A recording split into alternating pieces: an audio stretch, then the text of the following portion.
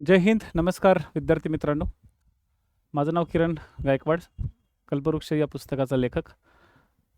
मित्रांनो, या सिरीजमध्ये आपण भारतीय दंड संहिता 1860 यामधील आयोगाचे प्रश्न समजून घेणार आहोत. मित्रांनो, जसं की मी तुम्हाला कमिटमेंट केलीच होती की आपण या संदर्भात ॲपमध्ये जी रिव्हिजन बॅच सुरू केली आहे, या ॲपमधल्या रिव्हिजन बॅचमध्ये जे काही महत्त्वाचे भाग दिलेले आहेत त्या रिव्हिजन बॅचमध्ये हा सेक्शन्स तुम्हाला देण्यात येणार आहे. जर तुम्ही अजूनही रिव्हिजन बॅच जॉईन केली नसेल तर ती जॉईन करा. ती तुम्हाला KG ॲप जो आहे आपला, म्हणजे किरण गुरुजी ॲप, या किरण गुरुजी नावाच्या ॲपवरती ती अवेलेबल आहे. किरण गुरुजी MPC नाव सर्च करा, तुम्हाला हा ॲप भेटून जाईल. तर त्यामध्ये डिपार्टमेंट PSI मध्ये जा. डिपार्टमेंट PSI मध्ये गेल्यानंतर तुम्हाला त्या ठिकाणी एक महत्त्वाची अशी revision batch 1, okay, revision batch 1 दिसेल. त्यावरती तुम्ही क्लिक करा, तिथून तुम्ही पेमेंट करा आणि या बॅचमध्ये या. ही बॅच फक्त तुम्हाला 1200 रुपयाला अवेलेबल आहे. तर आत्ता संधी आहे, तर या संधीचं सोनं करा. ठीक आहे, या संधीचं सोनं करा. त्याच्यामुळं भारतीय दंड संहिता यामध्ये आयोगाचे जे PYQ आलेले आहेत, आपण जसं जसं रिव्हिजन करतोय तसे तसे आपण PYQ पण या ठिकाणी कव्हर करत आहोत. तर याचा फायदा घ्या. पहिला प्रश्न आपण घेऊया.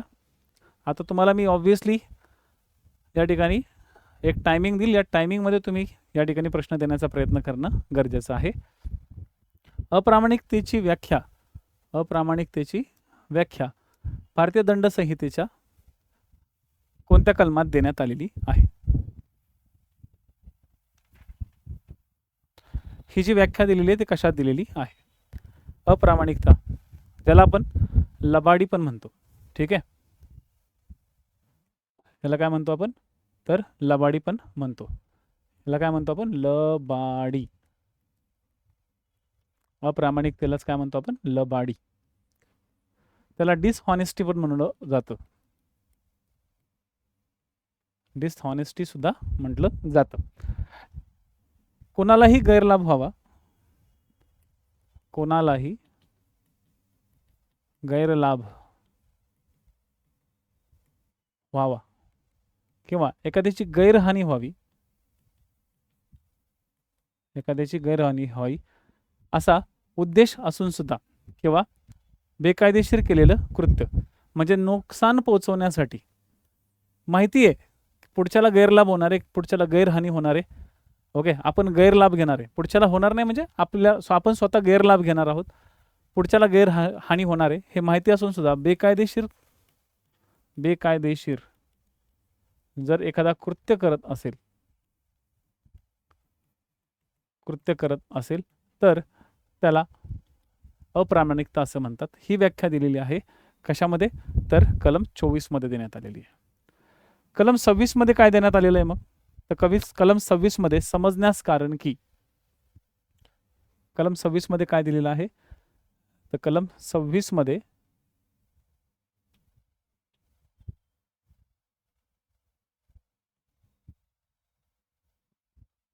एक मिनिट, कलम 26 मध्ये समजण्यास कारण की. 25 मध्ये काय दिलेलं आहे? तर 25 मध्ये दिलेलं आहे कपटीपणाने. ओके, 25 मध्ये काय दिलेलं आहे? तर कपटीपणा. आणि 23 मध्ये काय दिलेलं आहे? तर 23 मध्ये गैरलाभ हे दिलेलं आहे. घेऊ आता नेक्स्ट क्वेश्चन.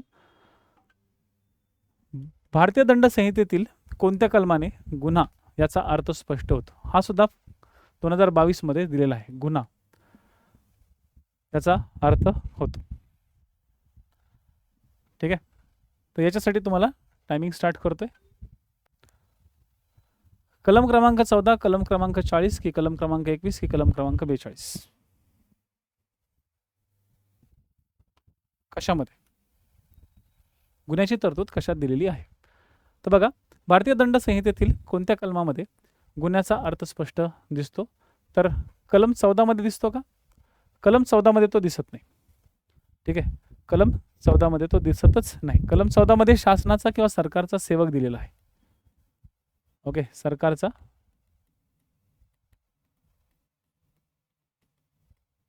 सेवक दिलेला आहे. कलम 40 मध्ये गुन्हा सांगितलेला आहे. मग गुन्हा म्हणजे काय, तर 109 कलम IPCच्या कलम 109 ते 511 या IPCच्या कलमांमध्ये दिलेले जे काही कृती आहेत आणि या कृती संदर्भात जे काही अपराध घडतात त्याला आपण गुन्हा म्हणतो. ठीक आहे. बेकायदेशीर असलेले जे काही कृती आहेत त्यांना आपण काय म्हणतो, तर अपराध असं म्हणतो. 21 मध्ये दिलेले लोकसेवक, ऑब्व्हियसली लोकसेवक, ज्या ठिकाणी वेगवेगळे जवळपास असे 11 प्रकार दिलेले आहेत. लोकसेवकाचे किती प्रकार दिलेत, तर 11 प्रकार या ठिकाणी दिलेले आहेत. आणि कलम 42 मध्ये काय दिलेलं आहे हो, तर कलम 42चा जो घटक आहे या कलम 42 मध्ये ॲड केलेला आहे तुम्हाला. ठीक आहे. तर काहीच नाही, नथिंग. कलम 42 हा तुम्हाला दिलाच नाही आहे, तुमच्या सिलेबसला आहे नाही, तुमच्या सिलेबसला तो आहेच नाही. पण तरी सपोज तुम्हाला कलम 42 हा ऑफ द सेक्शन विचारला जातो. कलम 42 हा काय केलेला आहे, तुम्हाला ऑफ द सेक्शन विचारला गेलेला आहे. या कलम 42 मध्ये स्थानिक कायदा दिलेला आहे.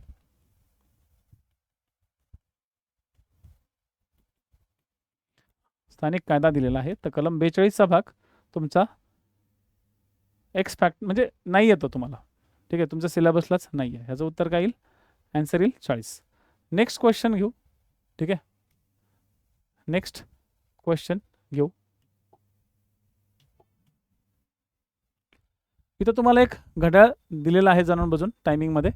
भारतीय दंड संहिता 1860च्या कलम 10 अंतर्गत पुरुष हा शब्द मनुष्याला सूचित करतो जो, म्हणजे फौजदार 2022च्या एक्झाम्समध्ये, ओके, 2022च्या एक्झाममध्ये व्याख्येवरतीच 3 क्वेश्चन्स तुम्हाला टार्गेट केले गेले होते.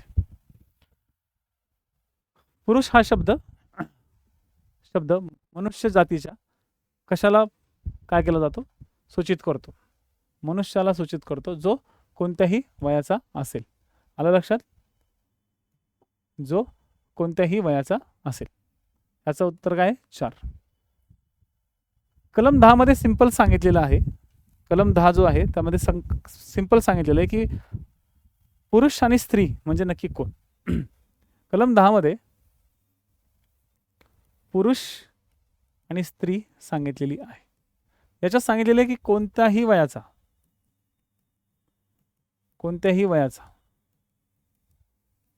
ओके, पुरुष, प्राणी आणि कोणत्याही वयाची,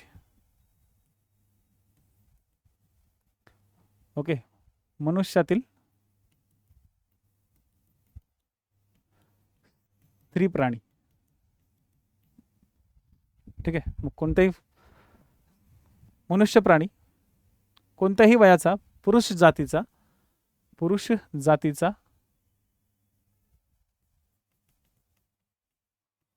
मनुष्य प्राणी.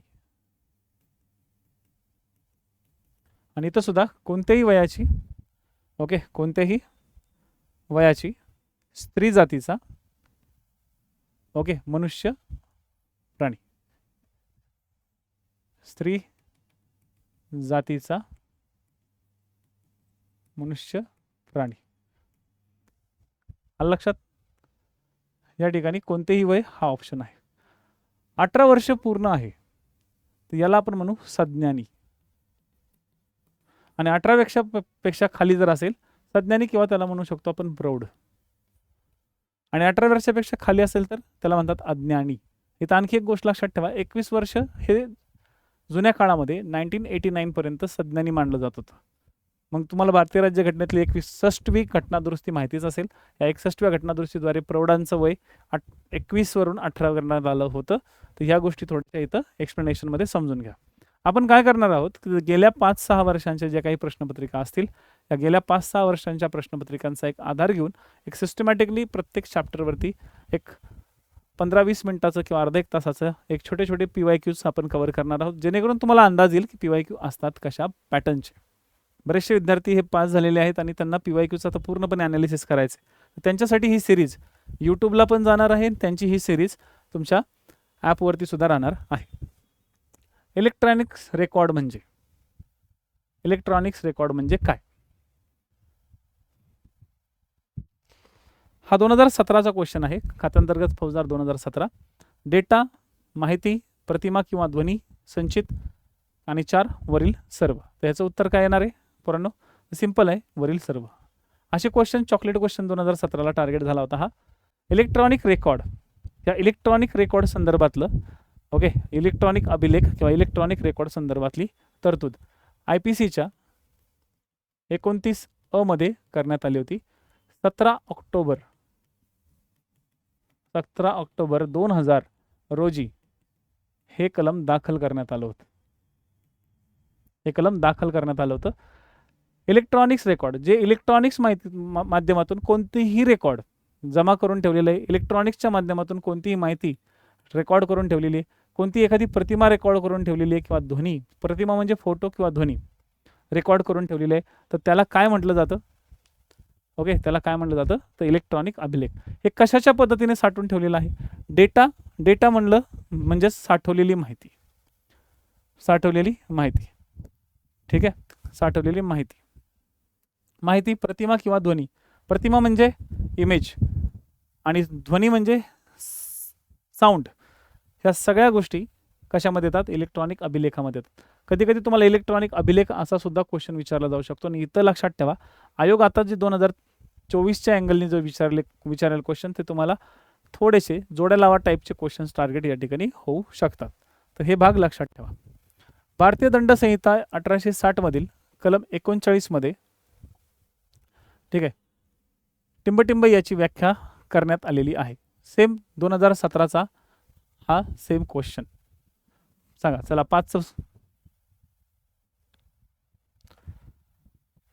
39 मध्ये काय दिलेलं आहे? 39 मध्ये काय दिलेलं आहे?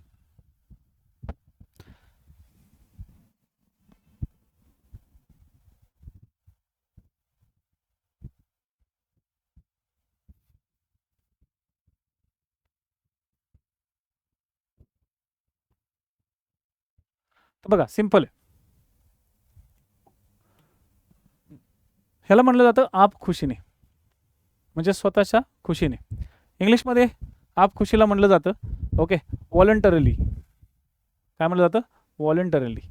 कपटीपणाने, अप्रामाणिकपणे, अपराधाची व्याख्या दिलेली आहे कलम 40 मध्ये. त्याला आपण म्हणू गुन्हा. कपटीपणाने हे कशात दिलेलं आहे? कपटीपणाचा भाग. ठीक आहे, कपटीपणाने दिलेले आहे कलम 25 मध्ये. अप्रामाणिकपणे हे दिलेले कलम 24 मध्ये.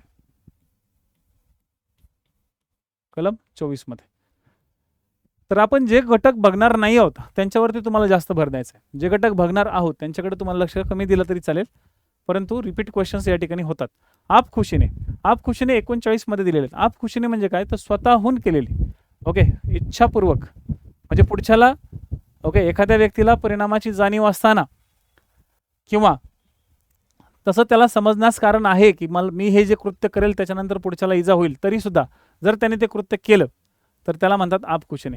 आता ओके, आता असं समजून घेऊ की हा बच्या अंगावरती चाकू घेऊन आला. ठीक आहे, अंगावर चाकू घेऊन धावत गेला. ब दगडावरती पडला आणि जखमी झाला. त्याला चाकू नाही लागला. बच्या अंगावरती चाकू घेऊन आला होता त्याला मारायला चाकू घेऊन, पण चाकूने न मारता किंवा चाकू त्याला लागलाच नाही, पण तरी सुद्धा तो झटापटीमध्ये दगडावरनं घसरून पडला किंवा दगडावर पडला. तर या ठिकाणी बला इजा व्हावी हे अला वाटत होतं, परंतु इजा चाकून न होता दगडावर पडून झाली. तर या ठिकाणी अने जी कृती केली ती इच्छापूर्वक होती. असं समजलं जातं. प्रश्न 5, भारतीय दंड संहिता 1860 मधील कलम 39 मध्ये दिलेल्या ह्या तरतुदी आहेत आणि बाकीच्या सुद्धा कलम तुम्हाला लक्षात ठेवायचे आहेत. प्रश्न क्रमांक 6, जंगम मालमत्ता या शब्दाची व्याख्या. ठीक आहे, जंगम मालमत्ता या ची व्याख्या भारतीय दंड संहितेच्या कोणत्या कलमात दिलेली आहे?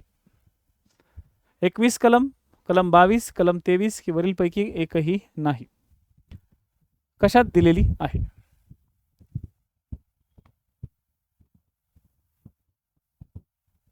जंगम मालमत्ता, याला म्हटलं जातं चलसंपत्ती किंवा त्याला म्हटलं जातं मूवेबल प्रॉपर्टी. ही दिलेली आहे कलम कशामध्ये, तर 22 मध्ये. कशात दिलेली आहे, तर कलम 22 मध्ये. लक्षात आली, कलम 22 मध्ये. जंगम मालमत्ता म्हणजे काय, हलवण्या योग्य वस्तू. जमिनीमध्ये सोनं आहे पण ते जमिनीतलं सोनं बाहेर काढलं तर ती झाली जंगम मालमत्ता. ते जमिनीत होतं तोपर्यंत स्थावर मालमत्ता. जमिनीत गाडलेलं असलेलं झाड किंवा ते जिवंत झाड हे काय झाली, स्थावर मालमत्ता. पण ती जशी जमीन किंवा त्या झाडाला तोडलं किंवा त्याला एका ठिकाणाहून दुसऱ्याकडं हलवलं तर ती काय झाली, तर जंगम मालमत्ता. ठीक आहे. जसं आपल्या घरामध्ये एखादा LED TV आहे, आपल्या घरातला असलेला एखादा कुकर, मिक्सर, हे सगळी जंगम मालमत्ता आहे. ती हलवता येऊ शकते ना एका ठिकाणाहून दुसऱ्या ठिकाणी.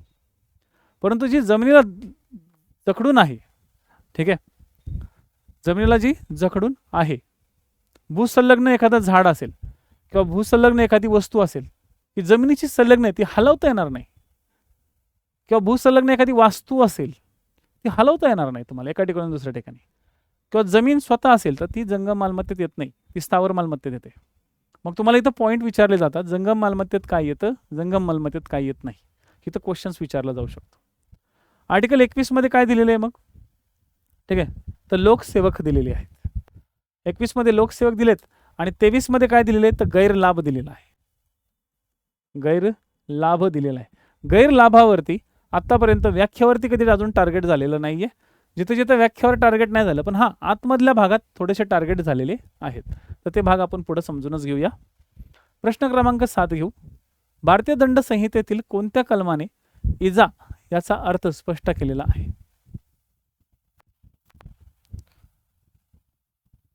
इजा होणे याचा अर्थ स्पष्ट केलेला आहे. नुकसान, अपाय, क्षती, इजालाच काय म्हणलं जातं, कोणत्या कलमात केलेलं आहे, यालाच म्हणलं जातं नुकसान, अपाय आणि क्षती. तर हा दिलेला आहे कलम 44. Very good. कशात दिलेला आहे, तर कलम 44. कलम 44 मध्ये माहिती आहे, एखाद्या व्यक्तीला माहित आहे, ओके, किंवा अवैधपणे घडून आणलेले एखाद्या प्रकारचे नुकसान, कायदेशीर नाही, अवैधरित्या, बेकायदेशीररित्या एखाद्या व्यक्तीला, ओके, एखाद्या व्यक्तीचं केलेलं नुकसान, मग ते शारीरिक असो, बघा याच्यामध्ये 3-4 प्रकार आहेत. मग हे नुकसान शारीरिक असो,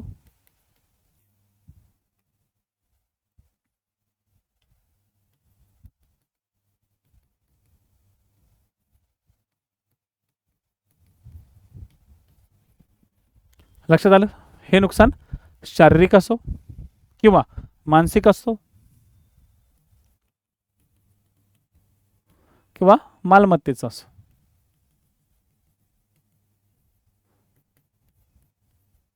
कसे असो, शारीरिक असो, मानसिक असो किंवा मालमत्तेचे असो, हे जे काही नुकसान असेल त्या नुकसानावरती, या नुकसानाला भारतीय दंड संहितेच्या कलम 44 मध्ये खास तरतूद देण्यात आलेल्या आहेत. लक्षात, हे स्वैच्छनिक, ठीक आहे, हे नुकसान, ओके, अब्रू नुकसानीचं सुद्धा असू शकतं. चौथा आहे त्याच्यात लौकिक किंवा अब्रू नुकसानीचं. या ठिकाणी तुम्हाला क्वेश्चन्स टार्गेट होऊ शकतील. ओके, ऑलरेडी इथे MPSC नेट क्वेश्चन्स टार्गेट केलेले आहेत, ते आपण पुढे समजून घेऊ. बघा, तर ऑलरेडी या ठिकाणी जो भाग झालेला आहे तो तुम्हाला सांगितलेला आहे. आपल्याला 5 ते 6 वर्षाचाच फक्त मागची काही प्रश्नपत्रिका बघायच्या, जास्त त्याच्यापेक्षा पुढे नाही, कारण की आता नवीन पॅटर्न बदलला आहे. जर तुम्ही एकदम सिंगल लाईन क्वेश्चन, आता असे क्वेश्चन सिंगल लाईन येण्याचे चान्सेस थोडेसे कमी राहिलेत. आता तुम्हाला जोड्या लावासारखे क्वेश्चन्सला असं कंबाईन देऊन, एक मस्तपैकी कॉम्पॅक्टमध्ये देऊन तुम्हाला विचारलं जाईल. अशा गोष्टी तुम्हाला आता जास्त राहतील. ठीक आहे, तर हे थोडेसे पॉईंट्स लक्षात ठेवा. भारतीय दंड संहिता 1860च्या कलम 52 अंतर्गत पुढीलपैकी कशाशी संबंधित आहेत. कलम 52, वेड्या माणसाचे कृत्य, अपघाताने केलेले कृत्य, सद्भावनेने केलेले कृत्य की गैरसमजुतीने केलेले कृत्य. सिंपल आहे. ओके, इमानानं, प्रामाणिकपणे, इमानाने किंवा प्रामाणिकपणे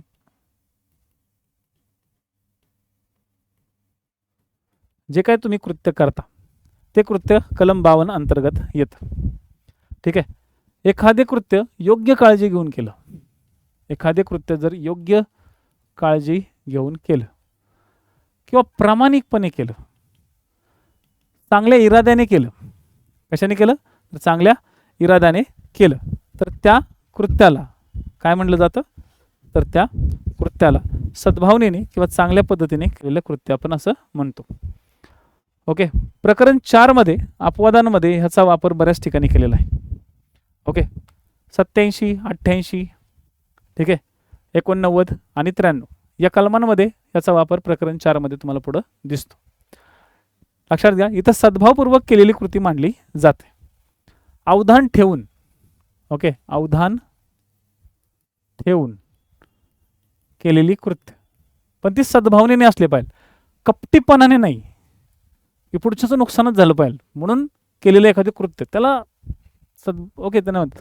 वेड्या व्यक्तीने केलेले कृत्य, अपघाताने केलेले कृत्य हे तुम्हाला नंतर पुढे प्रकरण 4 मध्ये दिलेले आहेत अपवादाच्या संदर्भात, पण इथं तसं नाही. ठीक आहे. आता हे झाले IPCचं व्याख्यातलं हे सगळ्यात शेवटचा सेक्शन होता. याचं उत्तर काय येईल? 3, सद्भावनेने केलेले कृत्य. भारतीय दंड संहितेच्या 1860च्या कलम 10 नुसार पुरुष ही संज्ञा टिंबटिंब या अर्थाने वापरली जाते. बघा, ऑलरेडी 2022चा क्वेश्चन आणि 2016चा क्वेश्चन हा मॅच झाला, म्हणजे याचं उत्तर काय येणार आहे? याचं उत्तर कोणत्याही वयाचा पुरुष. म्हणजे आता इथून क्वेश्चन्स काय होत आहेत? रिपीट रिपीट रिपीट रिपीट येतात आहेत. ठीक आहे. आता इथं आणखी एक महत्त्वाचा भाग कलम 30 नुसार विचारलेला एक भाग आहे. कलम 30 मध्ये आतापर्यंत आला नव्हता, पण 2016च्या एक्झाम्सला तो आला. 2016 पासून आतापर्यंत तो आला नाही. कलम 30 नुसार किमती दस्ताऐवजी ही संज्ञा खालीलपैकी कोणत्या अर्थाने वापरली जाते? आता तुम्हाला अर्थाने वापरली जाते हे विचारलंय, म्हणजे प्रश्नातच संज्ञा दिली, कलम दिले आणि अर्थ विचारलाय त्याचा, म्हणजे तुम्हाला खालचा पण मथळा थोडासा लक्षात ठेवायचा आहे. रुपये, संपत्ती, कायद्याने आधारित निर्माण करणारे एखादं कागदपत्र आणि वरीलपैकी कोणतेही नाही. महत्त्वाचा पॉइंट आहे. ठीक आहे. किमती दस्ताऐवज, किमती दस्ताऐवज,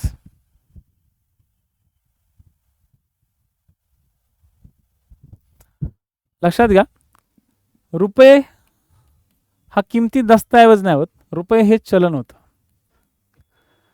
एखादी संपत्ती ही तुमची स्थावर किंवा जंगम मालमत्ता असू शकते. हे रुपये सरकारनं जर परमिशन काढली तर गेलं कामात, ते सोडून द्या. पण कायद्यानं अधिकार निर्माण करणारी एखादी कागदपत्र असतील, कायद्याने अधिकार निर्माण करणारी कागदपत्रे, म्हणजे कायद्याने एखादा मृत्यूपत्रासंदर्भातला अधिकार निर्माण केला, एखाद्या कागदावरती मृत्यूपत्राला मृत्यूपत्राचा एक कागद आहे आणि त्या कागदावरती कायद्याद्वारे तिथं काही लोकांना अधिकाराचं नाव दिलं, तर त्या अधिकाराच्या किंवा त्या कायद्याने दिलेल्या अधिकाराद्वारे जे कागदपत्र तयार होईल, जे कागदपत्रे तयार होतील, ती कागदपत्रे म्हणजे किमती दस्तावेज, म्हणजे त्याला तिथं व्हॅल्यू असली पाहिजे. ठीक आहे. अधिकारात जर एखाद्याचा बदल झाला, म्हणजे फॉर एक्झाम्पल आधी एच्या नावावर संपत्ती होणार होती, पण एच्या नावावर संपत्ती न होता ते आता बीच्या नावावर झाली, तर ती बीच्या नावावर होणारी जी संपत्तीचं कागदपत्र आहे त्याला म्हणू आपण किमती दस्तावेज. धनादेश, धनादेशावरती जर तुमची सही असेल तर धनादेशावर असलेली सही ही तुमची काय होईल? तो किमती दस्तावेज होईल. पण धनादेश कोरडा चिठ्ठा आहे कागदासारखा, चला घ्या चेक, तर तो किमती दस्तावेज होणार नाही. ठीक आहे. तो किमती दस्तावेज होणार नाही, तो फक्त एक दस्तावेज होईल. कोरडा किंवा कोरा चेक हा दस्तावेज 29 नुसारचा, पण 30 नुसारचा मौल्यवान दस्तावेज तो तेव्हाच होईल ज्यावेळेस त्याच्यावरती सही असेल. पॉईंट लक्षात आले? तर ह्या स्वरूपाचे जे क्वेश्चन्स आहेत, हे या स्वरूपाचे क्वेश्चन्स तुम्हाला या ठिकाणी बघायचे आहेत. आता नेक्स्ट क्वेश्चन आहे, जंगम मालमत्ता या शब्दामध्ये खालील टिंबटिंब मालमत्तेचा समावेश होतो. सर्व प्रकारच्या मूर्त मालमत्तांचा, जमिनीचा, भूसंलग्न वस्तूंचा किंवा अमूर्त मालमत्तांचा जंगम मालमत्तेमध्ये. बघा, जमीन आणि भूसंलग्न या जमिनीशी संलग्न असतात. ओके, जमिनीला लागून असतात. आणि जमिनीला लागून असलेली जी वस्तू आहे ती स्थावर मालमत्तेत येते. ठीक आहे. तर इथं अमूर्त वस्तू असतील का? अमूर्त म्हणजे ज्या अदृश्य आहेत, ज्यांची आकृतीच नाही आहे. जसं मी तुम्हाला शिकवतोय, ही थोडी जंगल मालमत्ता आहे, अमूर्त आहे ना ती, मूर्ती नाही कुठं ती शिकवण्याची. मी तुम्हाला दिसतोय ही गोष्ट वेगळी आहे. हा जो फळा दिसतोय या ठिकाणी डिजिटल बोर्ड, ही जंगम मालमत्ता आहे, कारण की हे हलवता येऊ शकते, ही हलवता येऊ शकते. तर जी जंगल मालमत्ता जी आहे ही हलवता येऊ शकते. आता जसं फॉर एक्झाम्पल मी आता नागपूरमध्ये आहे. ठीक आहे. मी नागपूरमधून सपोज क्लास तुमचे घेतोय. तर नागपूरमधून जर आहे तर मी माझं हे स्टुडिओ नागपूरमधून आमच्या पुण्याला पण घेऊन जाऊ शकतो, किंवा नागपूरमधून मी दुसऱ्या कुठल्या सिटीमध्ये जाऊ शकतो. तर ही मी बोर्ड घेऊन जाऊ शकतो. ही बिल्डिंग थोडीच मी हलवणार आहे, ही जमीन थोडीच मी हलवून नेणार आहे. माझी इथली जमीन आहे ती नाही हलवून शकणार ना. तर जमीन, भूसंलग्न वस्तू म्हणजे घर वगैरे ह्या काय आल्या? स्थावर मालमत्ता आल्या. ठीक आहे. तर सर्व प्रकारच्या ज्या मूर्त मालमत्ता आहेत ह्या काय आल्या? जंगम मालमत्ता आल्या. तर मित्रांनो, एक सगळ्यात महत्त्वाची गोष्ट, PYQ सिरीज नावाची सिरीज तुम्हाला यूट्यूबवरती अपलोड होईल. तर या यूट्यूबवरती 2016, 2017, 2022 या 3 प्रश्नपत्रिकांमधले जे काही प्रश्न आहेत हे आपण थोडक्यात या ठिकाणी प्रत्येक प्रकरणांचं डिस्कशन करणार आहोत. माझा प्रयत्न हाच आहे की तुम्ही लोकांनी या सगळ्या कंटेंटवरती थोडासा विचारविनिमय करावा आणि या कंटेंटवरती थोडंसं काम करून घ्यावं. कारण जेवढे तुम्ही ह्या कंटेंटवरती काम कराल चांगल्या पद्धतीने, तेवढं तुमचा हा कंटेंटचा भाग परफेक्टली बनेल. आपण IPCचे सेक्शन जेवढे आहेत PYQचे, ते सगळे सेक्शन्स आपण टप्प्याटप्प्याने 10-10 प्रश्नांचा एक गट करून तुम्हाला यूट्यूबच्या माध्यमातून देण्याचा प्रयत्न मी करणार आहे. जेवढ्या विद्यार्थ्यांनी पूर्वपरीक्षेला जेवढा आपल्या ह्या चॅनलचा फायदा घेतला होता आणि या चॅनलच्या माध्यमातून त्या विद्यार्थ्यांनी जेवढा एक चांगल्या पद्धतीने बूस्ट केला होता, त्या सगळ्या विद्यार्थ्यांना एक रिक्वेस्ट आहे की तुम्ही लोकांनी या चॅनलच्या माध्यमातून सुद्धा एक डिपार्टमेंटल PSIच्या स्टडीसाठीचा जो काही तुम्हाला भाग लागतो तो सगळा कव्हर या ठिकाणी मी करून देईल.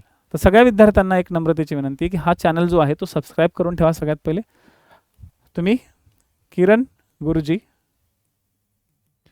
Okay, department